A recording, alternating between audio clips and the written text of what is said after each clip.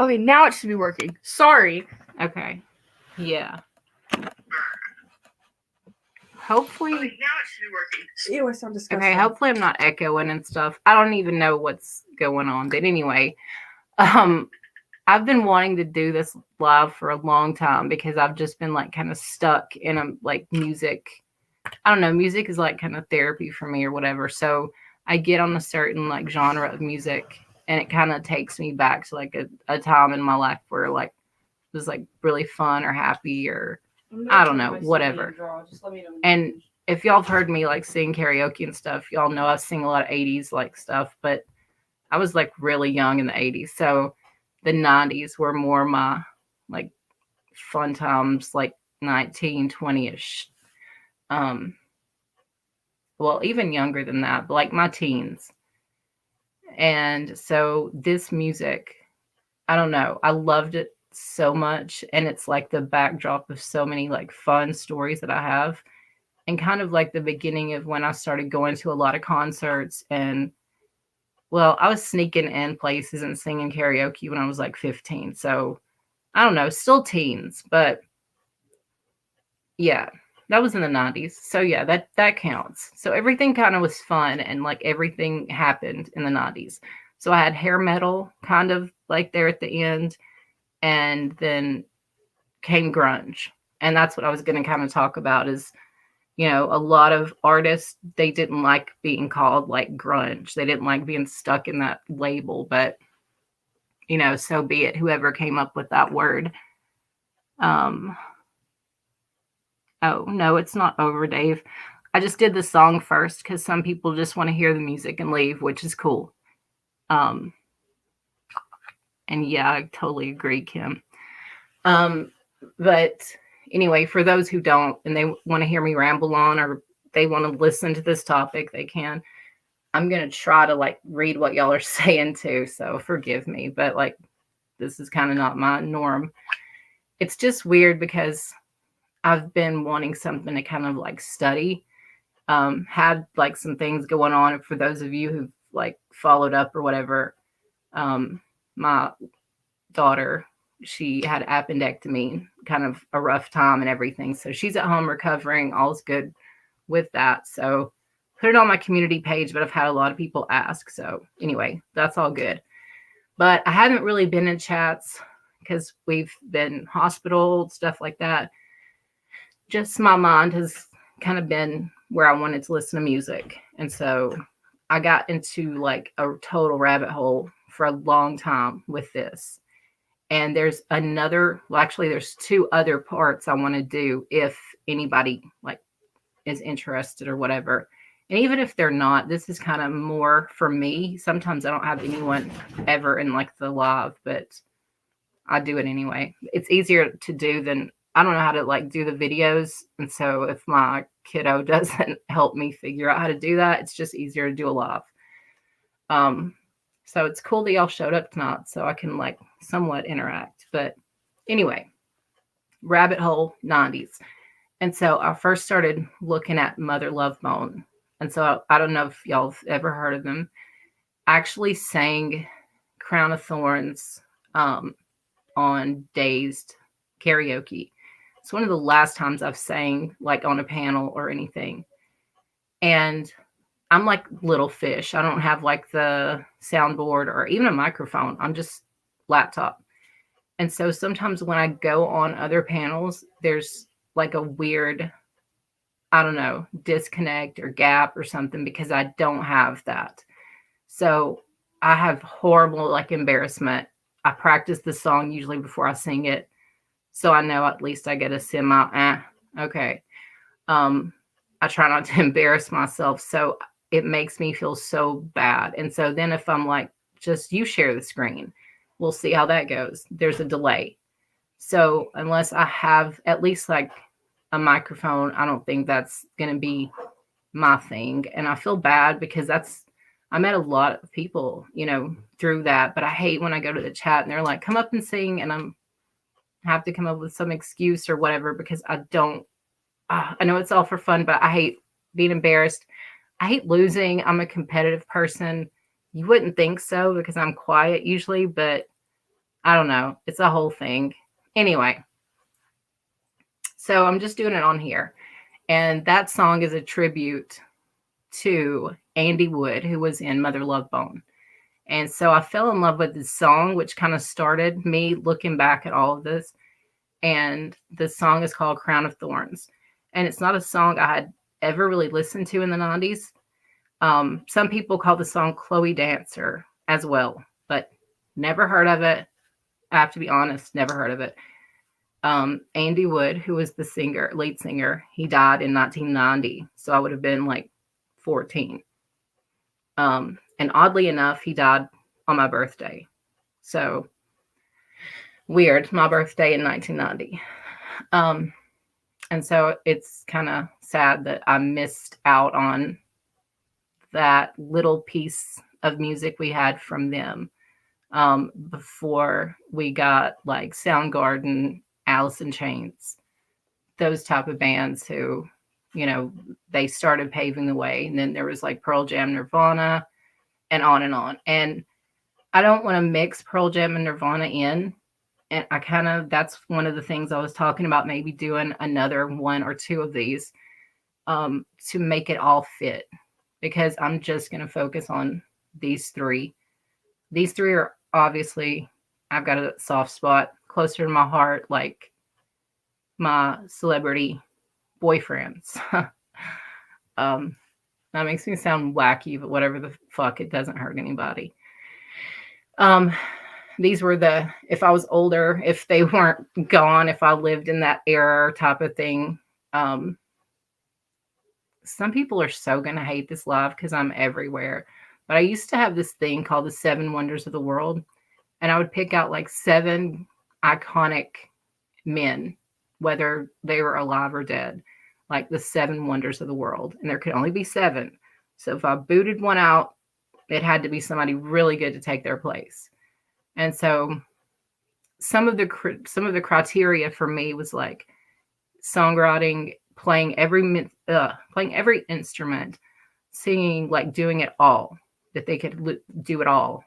Then yeah, like Lenny Kravitz, Prince, just people like that, super talented. Evan Dando from Lemonheads. And then you got like just super iconic people, Elvis. Trying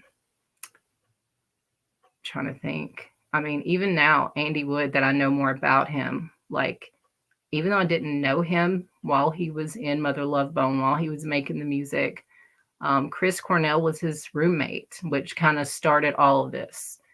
And I literally have, like I said, I've studied this like I was going to get a grade on it or something. And for not any reason other than just like I got so interested. So I found out so many like neat things. And I don't even know where I was going with that. Oh yeah, the 7 Wonders thing. So like all the time in my head, ever since I was like a teenager, probably, I've been like, one of my theories is you take 2 guys, one of them like hot, obviously looks good, whatever, character, makes you laugh, whatever, smart. And then you have this other guy and he's kind of but you give him a guitar and he's like, okay. So it makes somebody one shade hotter to have the guitar, but to be able to write the songs and to play all the instruments and to sing and to also be like not too bad looking on the eyes. You're one of the 7 wonder candidates. So I have to switch it around a lot. I mean, like in the 80s, I had freaking Bret Michaels on there or something, and which is funny now because he's definitely not on there now. Honestly, would have to sit down and think about who I've switched and swapped lately. But anyway, some of these guys were on there. I think definitely Andy Wood would have been on there if I would have known about him when I was 14, before he passed. And it's really weird that I stumbled upon that song and this started all of it, and that he passed on my birthday. So there's a reason I think I found it. I don't know. Y'all can think I'm crazy. I don't know. Like I said, this is kind of just like if I don't have anyone to talk to about this stuff, I'm gonna just talk to you guys about it. Do I know how to use StreamYard? I'm trying. Are you talking about doing a panel or something? Because I probably can figure it out if I have my kid come back in here, because they got me on here. So I don't even know if you're still here, 3 Dot, but yeah, that's, I could possibly. But anyway, excuse me. The whole Seven Wonders thing, I really believe for whatever reason, Andy definitely would have made that list for me. He was a really funny guy. He was influenced like heavily by very like flamboyant in your face kind of guys like, you know, Elton John and Jim Morrison, and like just people that broke all the rules, that didn't give a shit what they looked like, or just, you know, put crazy outfits together and, you know, like owned it, and people just fell in love with them. And so he was like that. And to the point where one of my other criteria is to be tall, because I'm tall. And I looked it up just for fun fact. Andy was 5'6", so super short guy, and you can't really tell in pictures and stuff. And even though I'm going to pretend like I didn't read that, because that, like, that's really short for me. That's shorter than me. So, let's see, you were 10 in 1990. I was 14 in March of 1990 when he passed. So wow, you're a little bit younger than me. I just had a birthday, and so I had already been telling people how old I was last year, like this age, so it doesn't really faze me. Because I don't know why I do that often. I'm like, okay, I'm going to be this year, whatever, this year's old number. And I just go ahead and start saying it the year before. And then I have to look at my kids and I'm like, how old am I? Because I just don't care anymore, because all of our birthdays are in March. It's crazy. And we just kind of all do our thing, you know? And as you get older, you just, whatever. So that happened recently as well. Seven Wonders of the World, that, back to Andy. Okay. Anyway, I definitely would have loved that music and followed that more. But he started out in a band called, or he started out in his own band that he created called Malfunction. And he spelled it weird. And that made it kind of catchy. And excuse me, the background for most things you would see for them would be like graffiti or just like rough, like street top stuff. And they made like their own posters and t-shirts and whatever, because they were just like a house band, you know, just trying to get off the ground. But they were getting like some traction. People were starting to like them. And you can look it up on here. There's a lot of their songs. There's songs, once you listen to the song that started all this for me, the Chloe Dancer, Crown of Thorns song, really soft, beautiful song. In, you know, total opposite of that, Malfunction was a heavier sound. And it allowed Andy to be that more flamboyant stage presence, not so like soft and romantic top singing, but more, you know, in your face kind of stuff. Not that I don't like it, it's just not as much as I love Mother Love Bone. Or just Andy, just studying about him and his life. He is from the South. I'm from the South, so there's a commonality there. Columbus, Mississippi is where I think he was born. And he kind of went all over because he had a military father who I think passed when he was pretty young. So it was him and his older brother. And so he and his mom were super close. The older brother kind of took over, and he also was in the band with Andy. And Andy was never meant to be like this front guy. He was just supposed to be tag along brother who played guitar. But pretty soon, you know, he started thinking about you know, listening to Elton John and listening to Mick Jagger and even like Waylon Jennings and like all these people I started reading about that were his influence.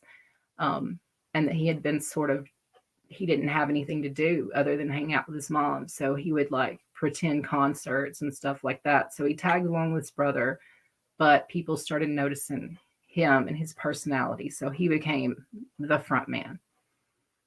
And like I said, they got some traction, whatever. So there's a lot of music from Malfunction. Just look it up. Like I said, it's spelled weird. I don't can't think right at this moment, but it's like there's a K where there's supposed to be a C or something like that.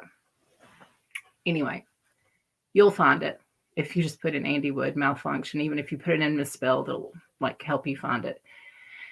Um, so then there's another band in Seattle because this is where all this is happening. Suddenly there's like this Seattle sound. It's not happening in California. It's not happening, LA. There's been this shift from the hair metal time. And so now we're in what is going to be labeled grunge eventually. But, you've got the cold, Seattle, just kind of nothing much is happening there.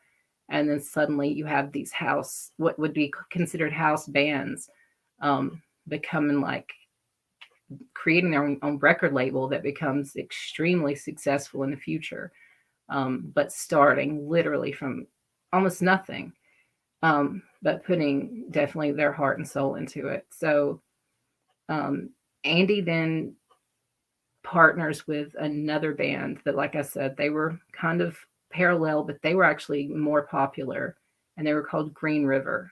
And one of their bandmates left, and they were kind of just stuck. And it was like, the show must go on. They had a lot of dates set up, whatever. So they got with Andy and started talking about Malfunction. They all, kind of came together, but they renamed their self. And I don't remember because I don't know, even though, like I said, I kind of study this, I don't remember like the itty bitty details. So I don't know like what exact year this happened or whatever. But anyway, they formed Mother Love Bone, and Andy came up with the name, and he started, thinking about successful bands and how they had like 3 words or 4 words, as their name, like Mother Love Bone, something simple. Like he was very, I guess, into how you pronounce things. I can't think of the word of it right now, but anyway, pronunciation. And that's exactly what ended up kind of as part of grunge was when you hear the like, yay, and you put that end part, almost every song, like if you start listening now that you know that like Nirvana, Pearl Jam, when you start hearing those songs, like even Lane Staley in his Alice in Chains songs, the first syllable, you don't put as much loudness and power or whatever as you do the last part. I wish I could just think of something right offhand to sing that would demonstrate that, but like multitask, again, not my thing. I'll try somewhere in this. I'll probably blurt it out. But anyway, basically more emphasis on the second syllable. And that's what kind of was the Seattle sound. And these grungy guys that didn't do the glam makeup and the hair metal, they didn't put on the costumes and spandex and all that crap. They had flannel shirts. They were in like this cold, rainy town known for, really nothing much. And they were about the music, not how they looked necessarily. So Andy was like a bridge from hair metal to grunge. Like he was going to be the transition for all of us.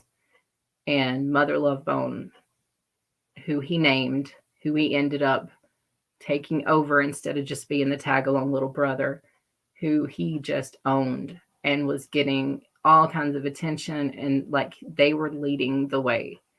Not Green River anymore, not Malfunction, but they came together. And later, if you look at some of the names of those people, they went on to be in bands that I'm sure you guys are fans of. If you liked any of the 90s kind of grunge music, they they split and went kind of everywhere. Audio Slave, Soundgarden, um, like I said, Alice in Chains. They switched and swapped around a lot, but these were super talented guys. They just weren't really worried about how they looked. And some of them didn't really realize, in my opinion anyway, like how good they looked with little effort because they were so super talented and had that charisma or something special about them. Let me see. Andy, yeah.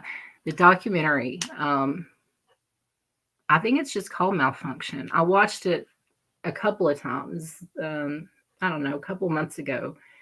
And then I watched an interview with his brother, Kevin, and he was kind of angry about how the documentary turned out and saying that they kind of caught his mom at a vulnerable time on Andy's death anniversary. And the way they interviewed Kevin, it kind of looked like he was a taxi driver. Like he wasn't this integral part of the band or a brother, or it literally, if you watch it, you'll be like, is that dude the taxi driver? Like, is he an Uber or, whatever? Because that's what they make. I mean, the whole time they're interviewing him, he's driving a car. It's so fucked up. Like, anyway, it doesn't showcase that this guy's talented. He's still out on the road right now, like as we speak, still touring, still playing guitar, writing songs, etc. He just never was the front man. And he could have been, I guess, but he just didn't have that personality that Andy did. And so it's a real shame. It's great that Malfunction got a lot of songs recorded, and we have those, frozen in time. We have those to listen to. And we do with Mother Love Bone. We just didn't get enough, in my opinion. We did not get enough. And they even released some of their kind of unfinished stuff. But there's a big fight because for a while, Andy and Chris Cornell moved in together. And they lived in like a little house in Seattle. Chris worked as like a dishwasher at a restaurant. Honestly, not sure, which is crazy. I should know, but not sure what Andy did other than really focused on his music. So I don't know. I honestly didn't think about that, about how he paid the rent and stuff. But anyway, he did. He and Chris went in, together.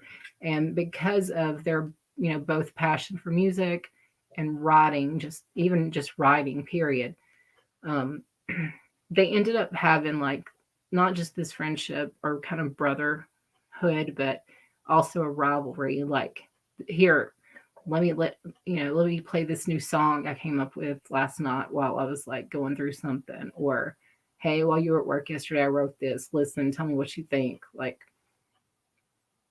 they wanted to top each other. And there's an interview with Chris saying, at the end, one of the last songs that Andy recorded, Man of Golden Words, there's a book titled that, but they only made a few copies, and it's super, super expensive if you find a copy. I looked at one. I would love to have one, but no, I could never, ever justify buying that when there's so many more things that are necessary in our lives, not a book. But if I was in a different financial bracket, I definitely would buy it because, like I said, there's not many of them made, and it's probably amazing. But yeah, it's called Man of Golden Words. And there is that's on YouTube with Andy singing. He wrote that song. It's amazing. I tried to sing it on here one night, but there's not a karaoke version, so I was having to kind of piece that together. It didn't work out. It was skipping. So I ended up doing Stargazer instead. But Man of Golden Words is a song that Chris said he was so jealous of, and he never got to top it because Andy died. Just if you just listen to that album, and a couple of the other albums that came out, there's Gentle Groove, Bone China, This is Shangri-La. There's a lot of good songs that he did other than Stargazer and Crown of Thorns, which were both the more commercial, um, I guess you could say. They got out there as much as anything did in Seattle just yet. This is before Nirvana. This is before Pearl Jam. Like we're baby stepping it out of hair metal into this new thing, this grunge. But it's still not been labeled grunge at this point, but it's coming. And so, Andy and Chris lived together, had this rivalry. Both loved music. Both had their own bands. They never, kind of came together. I'm sure they filled in for each other or whatever, but like they never officially had their own band. But afterward, when everyone lost Andy, but Chris especially took it really, really hard.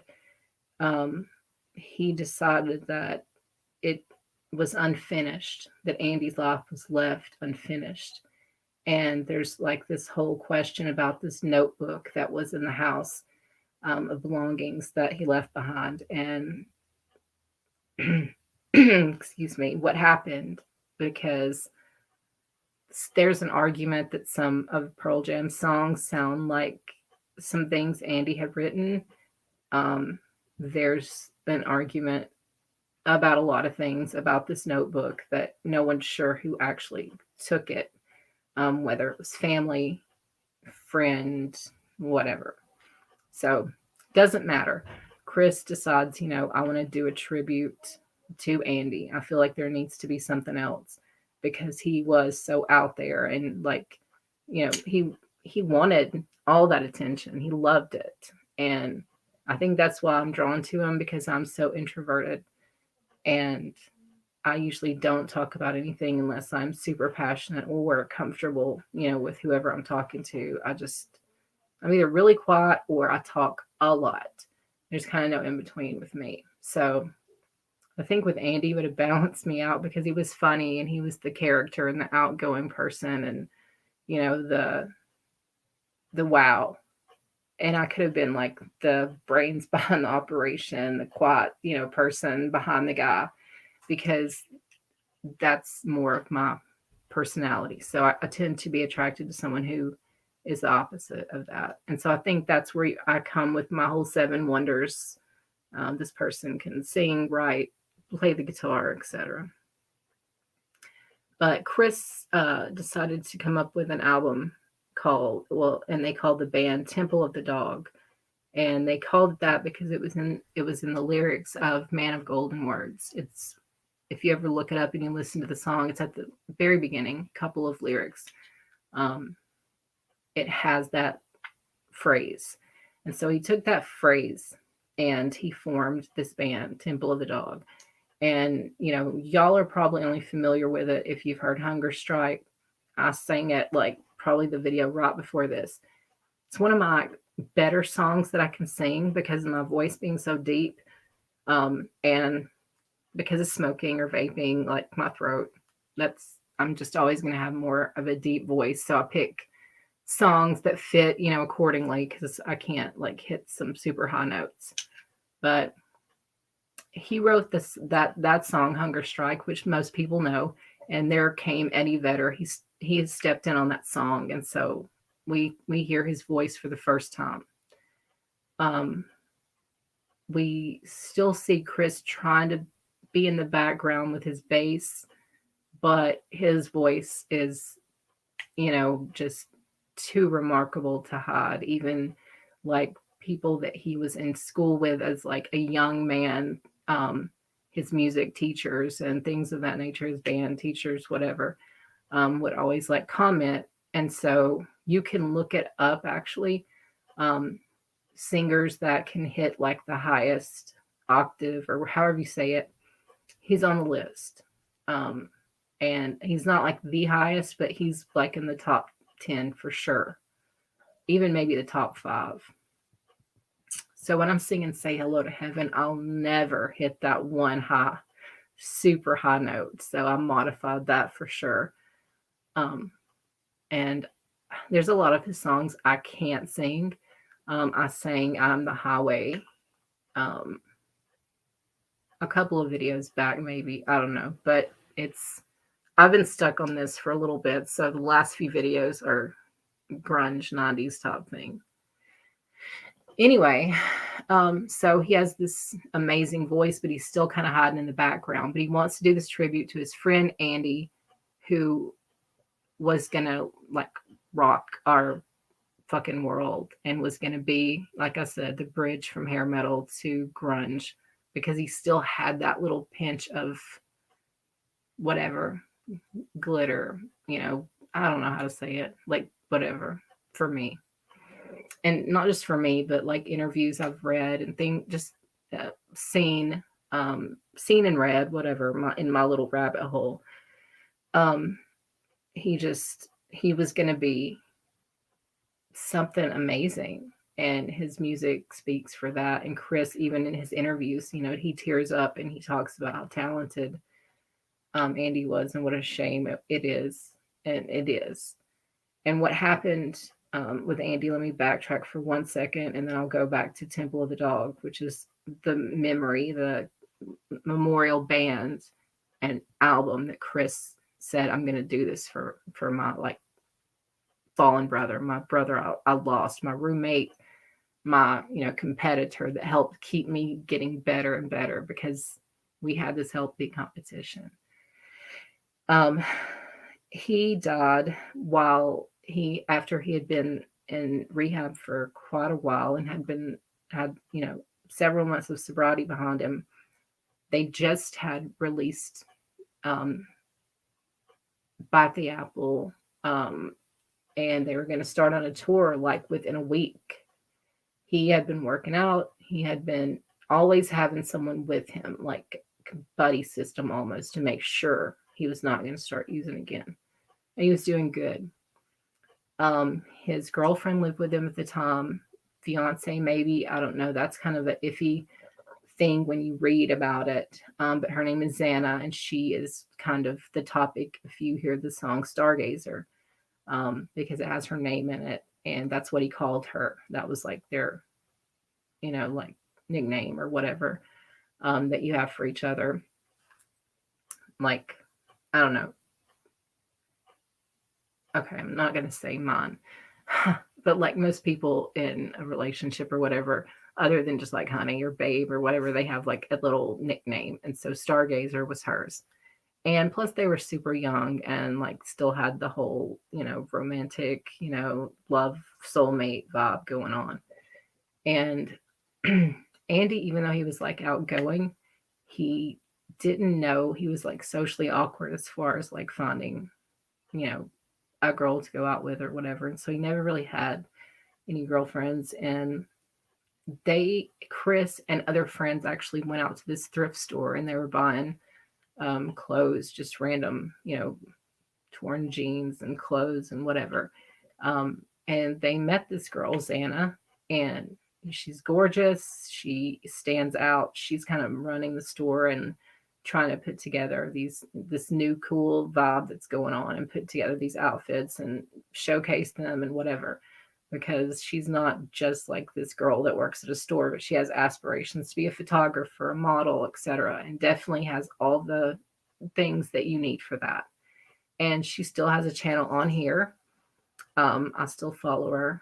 She doesn't do a lot of videos other than like bands that she goes to see or stuff, but she does shorts, and you get like a little glimpse into her life. I would love to sit down and talk to her and ask her a million, thousand, gazillion questions, but that's not going to happen. So anyway, but yeah, she gets a frozen in time moment because her name and that relationship, Stargazer, I'm sure is going to always, that word is going to mean something to her forever.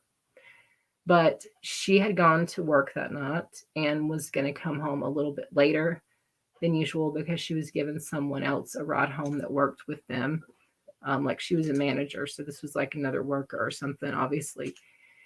And another bandmate was supposed to be working out with Andy, and he called at the last minute and said, I'm sick, so I'm not going to be able to go work out with you tonight. So this was the first time he had been left without like the buddy system. So he called Xana. She didn't answer because she had already left to take these people home. His buddy he had already talked to, he was really sick. He didn't want to bother him again. So he called pretty much whoever he knew he could get in touch with. I don't know about his brother or his mom or anything like that. So obviously he was feeling tempted. Then where he lived, a lot of people came and hung out, like the lost soul musicians that all decided they wanted to be a part of this. They would come and hang out and, try to form their own bands and try to, even probably slip in if somebody leaves the band, like, oh, I can fill that gap or whatever. But there was always people around. And so I guess he thought, while Xana's gone, I've tried to call, like, whatever. I'm not sure what was going through his mind because he had gotten himself together and he had a plan for while he was on tour to continue to stay sober. And he wasn't like Lane and some of the other people. I may have to split this up and do more because of me rambling, but he wasn't like that. After rehab, he really was able to hold it together, but he needed someone. And I think there's some abandonment issues because I'm always going to break it down psychologically because that's just, I don't know. I definitely have them. But with his dad passing early, being very dominant and abusive before he passed, very militant because, he was in the military, very set in his ways about how this was going to be or that was going to be, and then losing him. I'm sure there was a sense of abandonment there. And so for him, he never really had great social skills. So Chris and those guys brought Xana home from the thrift store, the little place they had found. And they were like, Xana, meet Andy. Y'all are going to be great together. And she is literally 6 feet tall, model, gorgeous, dark hair. And then Andy, 5'6" or 5'7", platinum blonde hair. Total opposites as far as what you look.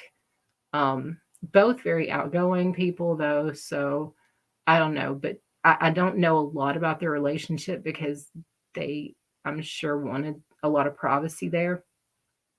But she is in that documentary you're talking about, Kim, Malfunction. And she has her own channel here, the Grunge Stories, I think is what it's called. I'll put a link. But she's still gorgeous at 50. I don't want to say the wrong age, but 50 something. Still like breathtaking gorgeous. She still models. But anyway, they were together. She was at work, blah blah. He was left alone, and so he gave in. And it wasn't like he was strung out for a week or whatever. This is like just a one-time thing in his mind. That's all it was going to be. And they feel like they know who he got it from. I would have such a hard time not attacking and doing who knows what to that person if I really knew that's who it came from, because he got what they believe was a hot shot. Not just that he hadn't used in a long time, and so he used his normal amount, and that killed him, which we hear so much, but that he literally got a batch of, H that was, a hot shot. And, one time he was done. When Xana got there, he looked asleep, which she thought was odd. So, she walked over and he was very, like, barely breathing. And she said she would have thought he was just in a deep sleep or even had slipped into a coma or some kind. But she saw, the paraphernalia that you would need for H. I don't know. I'm censoring myself and it doesn't matter because I have such a small channel. But anyway, she saw needles and, such around him. And so then, of course, she knew and was in shock because I don't know, she just was in shock. So she calls 911 and they're like, man, if you were there like 15 minutes sooner, but yeah, we still have some brain activity. We're going to take him to the hospital. And that gave everyone like a little bit of hope, um, which is so sad. And like I said, that happened on my birthday, um, 1990, March 16th. And so he went to the hospital, family and Xana by his side, and they kept him on life support for 3 days. And they waited until Chris could come from his tour, to see him before they, like, quote unquote, pulled the plug. There's some suspicious stuff about that. Some missing nurses' notes because there was a moment where they thought he was going to be okay. Some people believe he was given some type of reversal medicine at that time that's not been perfected like Narcan is now. And it messed up maybe kidneys or something important. So there was still brain activity, but he was starting to shut down because of something they may have given him. There's all kind of rumors, but the nursing notes are gone, so there's no proof of anything. Xana wanted Chris to see him because Andy didn't have a lot of real friends, and Chris was always a real friend, like a brother. Um, and I can't remember if Chris said it in an interview or someone else did, but interesting enough, someone said that he took a lock of Andy's hair. And I don't know if it was like Xana got, a lock of his hair and wanted Chris to have it, or if Chris got it himself or whatever. But he always, had beautiful platinum hair. So anyway, that happened. It impacted Chris a lot. It's still all the way until the end of his life. Every time he would talk about it, like it literally it hurt him in a way that I don't think ever could be reversed. So I mean, Xana and him lived together. Chris had moved out by that point, but she had even lived with all of them, like in that party house situation I was talking about. But at this point, Chris had gotten married. He was in his own band, doing his own thing. So this was just Xana and Andy. He was about to go on tour. Everything was great. He was fit. He was out of rehab, whatever. And he gets this hot shot because he calls everybody. He's probably panicking and having some social anxiety about starting this tour. He has just done a photo shoot that day. And so I can understand. Let me get a drink. You know, what might have been going through his head, and if you are an addict or you understand addiction, why he might have done that. And I don't know anything about, quote unquote, hot shots or what would have been in it, or, so called who he got it from, but it's just so sad because when you look at Come Bite the Apple and you see the front of the album, and you see the photo shoot, you know that it was taken that day.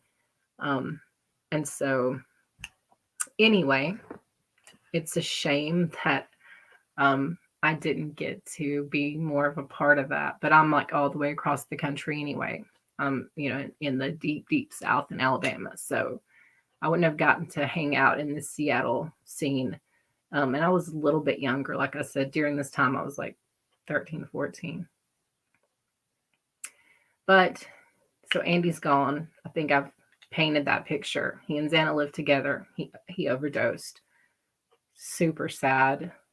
Super some strange stuff, there that makes you question. And his mom was just broken because the dad's already been gone. Brother has always been independent, started these bands, and sort of kind of held Andy's hand a little bit always and made sure he was okay. And so there wasn't a lot of family, and it was sad. So when he passed, it was a lot of friends mostly, and a lot of people in the music industry that were fixing to blow up, and Andy had impacted them. His personality just was contagious. And so they had his memorial at the Paramount Theater, and they said that would have been perfect. He would have loved it because it was huge and it was just, kind of perfect for a star. And that's what he saw himself as. And that's what Chris and other people, they were like, I can't argue with that. He definitely was. He was made for that. So I could talk about all of that forever because I can imagine that apartment, hanging out with him, Xana, whatever. Like, that would have been so fucking cool. But Chris decides to form Temple of the Dog. You guys may have heard Hunger Strike, where you do get to hear Eddie Vedder. He's not on all of the Temple of the Dog songs, but he is on that. And then the song I just sang, Say Hello to Heaven, was a tribute to Andy directly. And that song made Chris decide to do a whole album. He was doing, Hunger Strike, and he was doing Say Hello to Heaven. And he's like, why not? I've got, a little, I can't think if it's called LP or EP. Sad for someone who loves music so much. But anyway, he had 2 songs that were hit songs, or they were going to be, like, they were on their way to be. And he had, like, released them a little at a time. I think it's called an EP, whatever. So he decides to write all these others, and I can't think of all the names. I have them all on a playlist. My favorite, and the one that kind of Chris said was the most important to him, other than Say Hello to Heaven, and other than introducing Eddie Vedder into the grunge scene, because he wasn't from Washington. He was from California. So we've got a non-Seattle boy stuck in this new band situation. But the song's called Reach Down. And one of the lyrics, I want to reach down and pick the ground up. And he's talking about Andy, being buried. And if we would have written, I'm acting like I was part of it. If he would have written this song and formed this band later, he would have been singing about Lane as well. Just literally, I didn't know these people, but I feel music. It's hard to describe. It's so important to me, but I feel it on another level, I guess, to the point where I get so involved in it. I get sad for these people, and they're long gone. I never knew them. They definitely never knew I existed, but they impacted me in such a way that when I watch the documentaries or I read things or I talk about it, even if I choke up, just forgive me. Also, I'm just a definite Pisces. So if you know anything about astrological stuff, I'm just a super emotional person anyway. But the song Reach Down, if you don't want to listen to any of the others, other than, like I said, you probably heard Hunger Strike. I know you just now heard me sing Say Hello to Heaven, which is a direct tribute to Andy. When it says he came from an island and he died from the streets, that's Andy. He was living in Bainbridge Island, and he definitely died from the streets, from this guy that, he got a bad batch. And it's so sad that sums it up. He got a bad batch. And he just, he's gone. And like I said, it affected Chris in a way, I think, all the way to his death. It affected his mom in a way that you can look at interviews and you can, like, kind of look at where is she now. And even interviews with his brother, like, everyone is broken because they lost him. And there's a debate on the world is a better place because of it. Because if he wouldn't have died, there wouldn't be as strong. I think Soundgarden was coming about, but I don't think it would have been as strong because a lot of focus then shifted onto Soundgarden because Mother Love Bone was gone. It just wasn't the same. They were not going to carry on without Andy. So that was gone. That dream was gone. And so they all split, went their different ways. Like I said, Kevin's still touring with someone right now. I don't know exactly who. It changes. And I should follow it more. I do have him as a Facebook friend, but I haven't checked lately to see on him what's going on. And I don't know that he doesn't update it as much. I know Andy. Andy would have posted a million pictures and selfies and who knows what. But this guy's quiet, very businesslike. I'm on these tours, on these dates, blah blah. So I'm sure it's on there somewhere. I just haven't looked. But Reach Down is like a 12-minute song. And most people are like, damn, like the song I just sang, 6 minutes. Like, I still feel like I'm out of breath. I don't know why I feel like I'm holding my breath because I said I was going to just act like I was chilling with friends when I was on here. And I don't know. I can't do that for whatever reason. And I know, okay, I see 3 Dot. Let's talk about the things that have happened today. Oh my God. Yeah. I'm curious exactly what do you want your channel to be? I don't know. I can't see what all he put on there because something about I've had a deeper voice singing. I don't know who. I think that might be Kim. Anyway, sorry, 3 Dot. I just mine's more like music, me singing, and then me talking about behind the music. Like, how did this song come to be? How did this band come to be? Like my viewpoint, because I don't know. It's just like if I had somebody who's interested in the same thing, like we would talk about this shit. We would smoke and talk about this shit, because I don't just love music. I want to know why, where it came from or whatever. And it looks like you already left, but I'm definitely not like true crime necessarily, even though there's a pinch of that's going to be coming at the very end of this and when I ever get to the end. It's just a pinch. This is more music focused. And I would love to interact, but I've got to learn how to do a panel. And as far as just answering back and forth, I want someone who is asking me questions about what I'm talking about, I guess. I don't know. I love you, 3 Dot, but I definitely don't want to get into the drama. I saw I saw that you were there as well, and I just stayed silent on that whole event last night. I haven't been on, like I said, as much, period, but if I have peeked in, I just haven't said anything and been like, okay. And I just happened to go into that one last night and was like, what? I had no words. So let's just say that. But that makes me sad that you just left, Dave. You got to be patient with me as far as getting a panel going. But yeah, I want to have a conversation. I'm learning. You gotta be patient with me. The fact that I'm even able to read comments is a miracle. Anyway, listen to Reach Down, Temple of the Dog. 12-minute song, but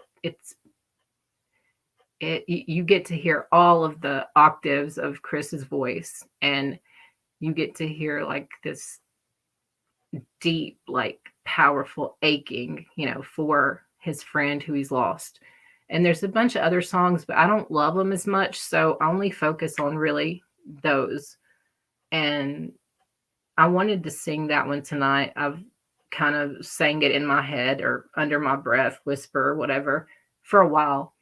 But I think it's cool that he sang that song. And like I said, he put that lyric in there. He came from an island and died from the street.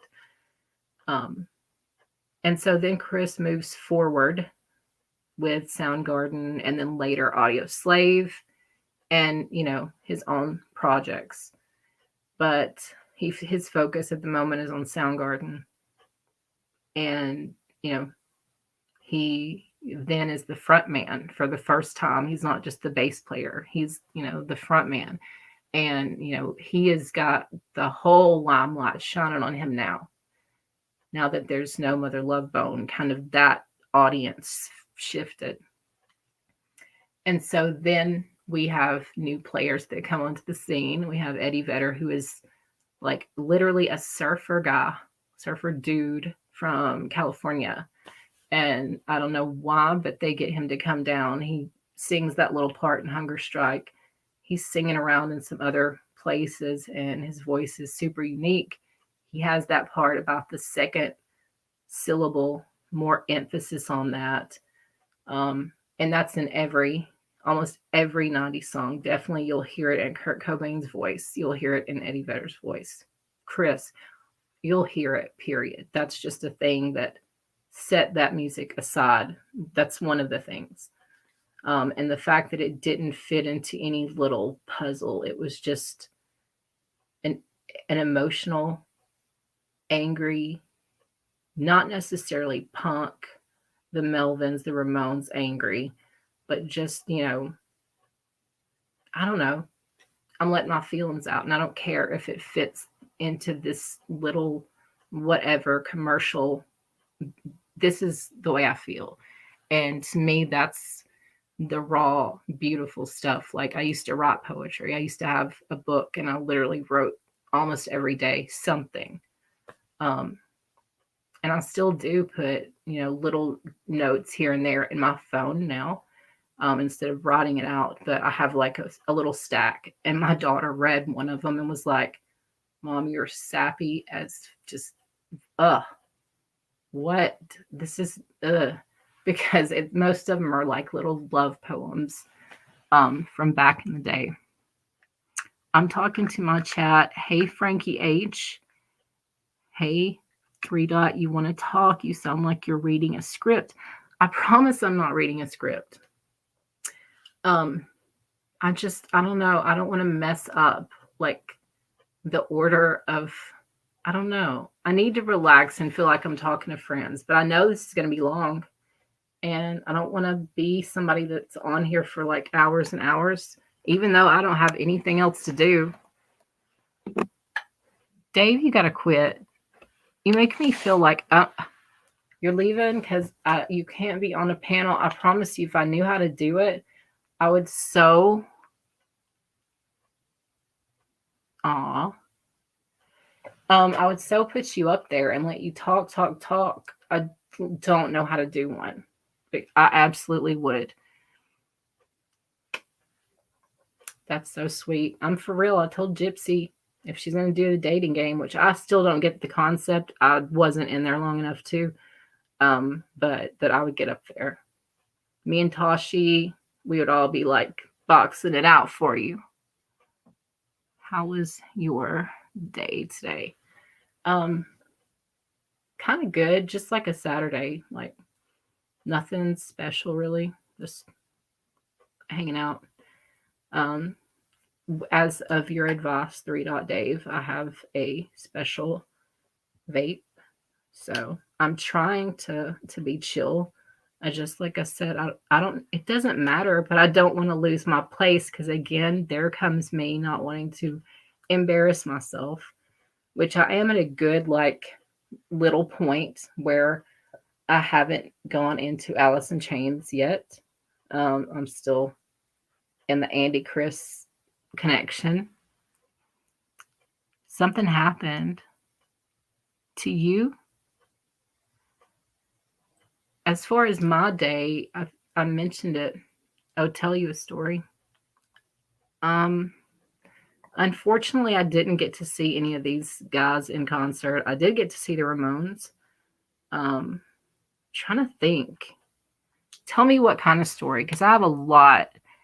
I have a lot of crazy stories I can tell. I'm trying to think of the absolute craziest. And I was going to do that. I have some pictures of me when I've met different bands or different singers. I have several of me and Rick Springfield. And I was going to talk about, those times where I went to that show and what happened and how I got backstage and all that good stuff. But I was going to do those kind of separately from this. I don't know. It does sound like I'm teaching a class in a way, but you watching this video is me listening to hours and hours of stuff and reading hours and hours of stuff because I was so curious about behind the music. So you get it all put together in one rambling video versus having to read it all in piece by piece. We can change the title of the video. I don't know. I'm sure my kid can figure out how to change it. But I know it's hard for you to like have a conversation and chat. You're so used to being on panel. And I don't know, maybe I could figure out a way because I've been on panel with you on Roses for like 8 hours before. Not that I'm challenging you to do that, but I have a really strong feeling that if we do this, I'm gonna have to, yeah, change the title and say, um, to be continued as far as the other half of grunge. No, you hate panels? You are such a liar. You love panels. Your life is panels. You love being in the spotlight, Dave.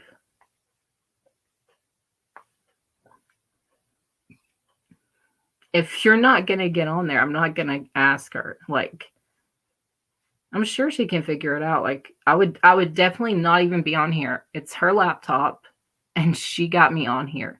Kids always come first. I don't have a laptop. I have a phone. I was laughing saying I watch movies on a little bitty box. No panels or work. I don't know. She's good at shit like that. It just depends on if you wanted to talk on it. I know you enjoy that, so I don't care. I don't care to put you up there. We definitely can always find something to talk about. Once I get comfortable with somebody, I can ramble on and I can tell you a story. You just tell me what kind of story you want to hear. Yeah, expectations suck. What? You know what? You're like almost like making me feel that competitive challenge feeling where I'm wanting to put the panel up just to be like, you know what, Dave, you gonna come up here or not? Fuck you. Are you gonna come up here or not? Do you love panels or not? Because I always see you wanting to get on one or you're already on it. So I'm gonna see. I literally am. Hey Rain, can you figure out how to I already am on StreamYard, but how if I wanted to have someone come on like as a panel guest, what button would I push? What magical button would I push? People want me. Well, you don't have to be a certain way. Here, look at how many subscribers I have. No one's gonna fucking see it. This is just me and you having a conversation, I guess, like house party back in the day where you could talk to people in a group or something. I don't know. I just had it structured like a class on grunge behind the music, but if we can figure out StreamYard, what the hell? And no one's gonna see it, Dave. I'm not like some of the other channels that have like 1,000, even 500, fucking 200. I'm at Oh yes. 142, I think. And I don't care. I'm not Invite trying to guests be to the monetized or studio. anything. This is just kind of fun for me where I can sing without it skipping and I can That talk should about work. random shit. And if you guys want to, Invite y'all link. can talk about random shit with me. Isn't that what people do? They post their invite link in the Start chat? a new live. Mermaid and 3 Dot. Do I have to start a whole new live for it, or can I not change the? I don't think so, but I'm not sure. If I could change it, shit. Hashtag 3 Dot. A bunch of people would probably fucking come up just because like everyone knows you. Literally, I don't think you know the story of how I know you. Back in Jimmy Jam's days, I used to watch. I never talked in chat ever. I just watched because I couldn't sleep. And that's how I found Rose too. And I would literally have like secondhand hurt for you when he would be mean and hang up on you. Or he would say like shitty stuff to you. Same with Rose. If he was like, oh my God, Rose and her personalities or something like that, it would hurt my soul. And so that's how I found her channel. And like I've been watching her for a long time. And that literally is how I found her. And same for you, only you didn't have a channel and I didn't ever find you until later. And I was like, oh my God, I remember him. I always felt so bad for you. And you always came back. And I was just like, yeah. But when it was happening, I know you were kind of like, and you still are, you just let it roll. But like it hurt me. So just know it. You didn't have to hurt because of it, but I definitely had that secondhand hurt. I hate for people to get hurt like or hung up on or anything like that. And I can almost, I want to say I remember exactly. You can add him to the stage if you'd like right now. Are you backstage? Yes, he Because is. okay, I can add you. My kid says I can add you. Do you want me to? Yeah, just add him.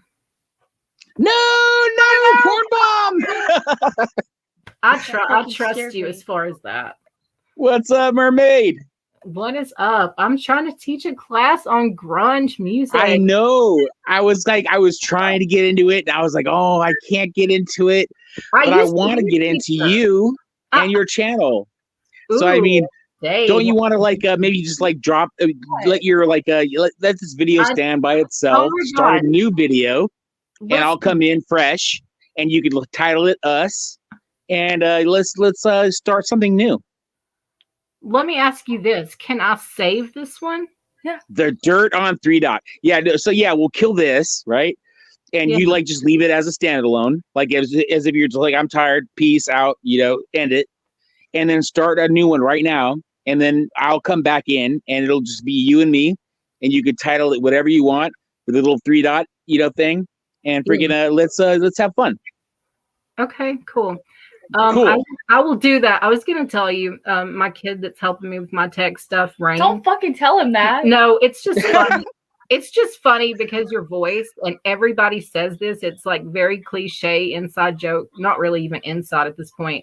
But she's like, his voice, he sounds hot. Don't fucking tell him that. They're 17. I'm and legal whatever. next year. If it's a voice, cool. It's that age. Yeah, I get you. If it's more, so yeah, kill it, and let's do it, and we'll do like maybe 30 minutes or something like that, and just title it me, and let's start something new.